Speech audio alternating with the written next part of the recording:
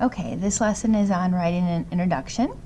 And the introduction is your opening paragraph. So it comes right after the title. It's going to go in front of, on top of, before, however you want to think about it, the paragraphs you already have written. And it's going to serve several functions. It should grab their attention. You want it to be interesting and creative.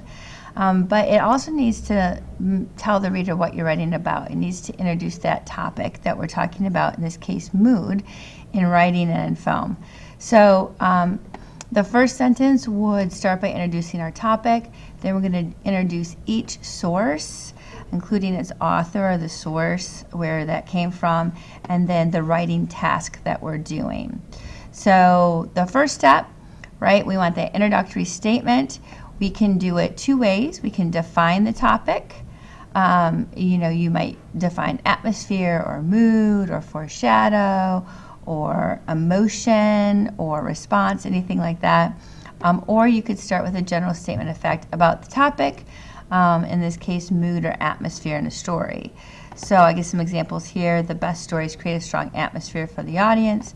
Everyone enjoys a good hero story. What would a story be without atmosphere?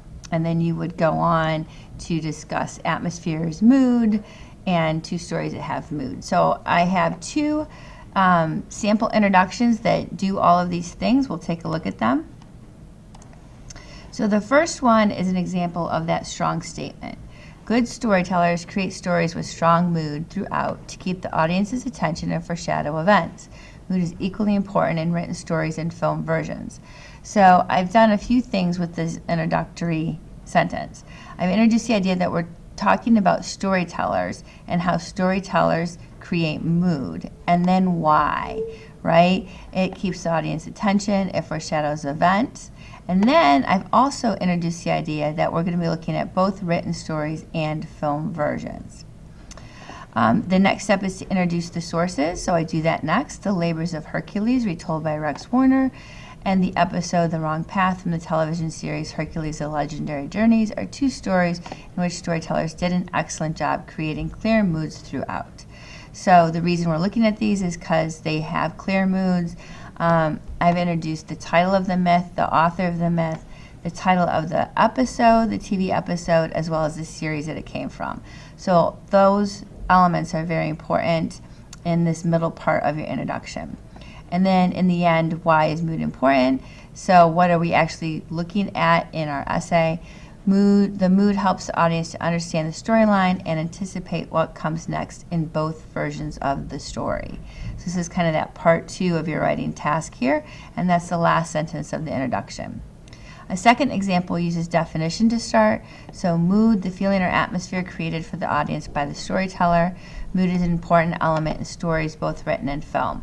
So I've done similar things here. I've defined what mood is, right, and why it's important, right? Is that idea that we're looking at it in both written stories and film versions of the stories.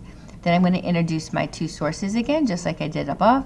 Two stories that create strong mood are The Labors of Hercules, written by Rex Warner, and the episode The Wrong Path from the television series Hercules: The Legendary Journeys. So again, I've included the title of the myth, the author of the myth, the title of the TV episode, and the series that it came from. And then I'm going to wrap it up with why we're doing this. In each version of the story, the mood helps the audience to understand the storyline and anticipate what comes next. So why is mood important? This is why it's important, because it helps us know what's going on in the story. Okay, so these are two examples of introductions. You're welcome to use them to help you write your own. And if you have any questions, you can ask me in class.